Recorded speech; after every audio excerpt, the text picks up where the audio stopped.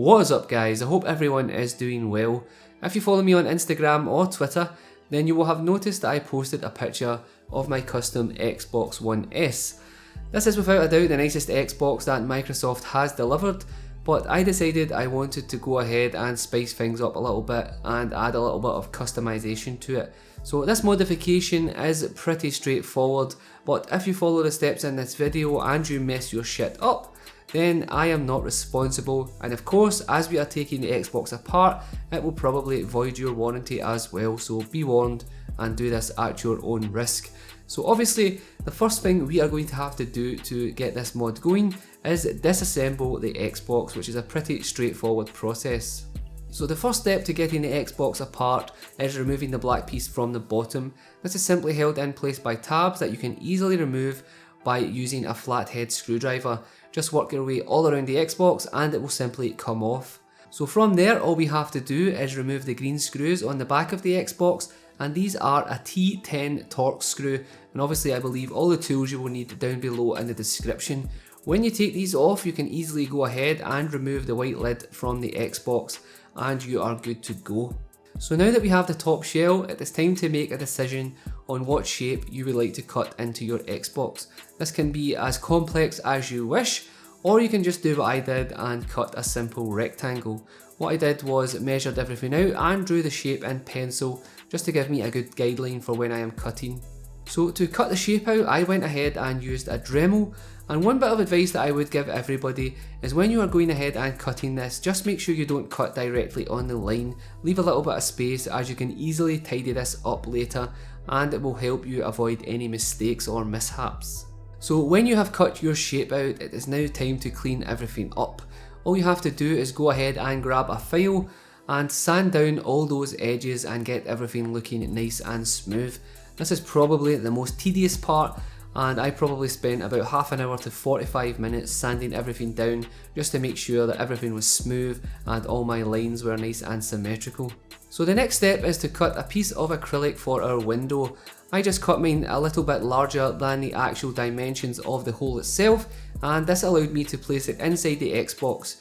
To secure it down, I simply used hot glue, and this held it in place without any issues at all. Okay, so now that our top piece is all set up and we have our nice little window, what we're going to do now is install the RGB lights.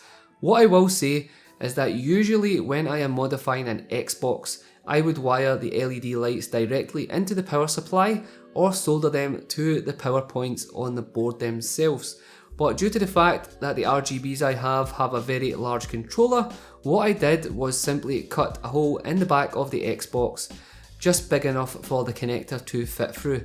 And what this does is allow me to have the RGB lights going even when the Xbox is off, and this was the goal I was going for my setup. So you will have to make the decision on what you are doing, but just be careful and maybe buy a smaller controller, as there isn't a lot of space inside the Xbox One S. So when you have the hole in the back of your case, what you will do now is cut the RGB strip to size.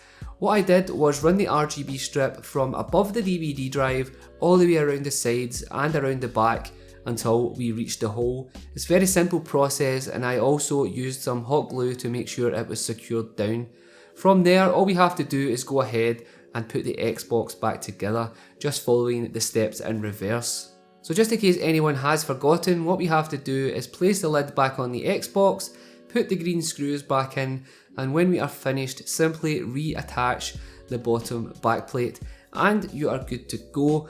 And as you can see, when you plug the LEDs in, you will have one awesome looking RGB Xbox. So overall, I think this mod definitely adds a new element to the Xbox One S, and I think it looks absolutely stunning, and I am super happy with how it turned out and glad that I went ahead and done this. So I've went ahead and ordered another Xbox One S, as I am going full out modification on it, and I can't wait to show you guys that, and there will definitely be another video on that. It's going to involve loads of custom acrylic and a custom paint job, so this will be for more advanced modifiers out there.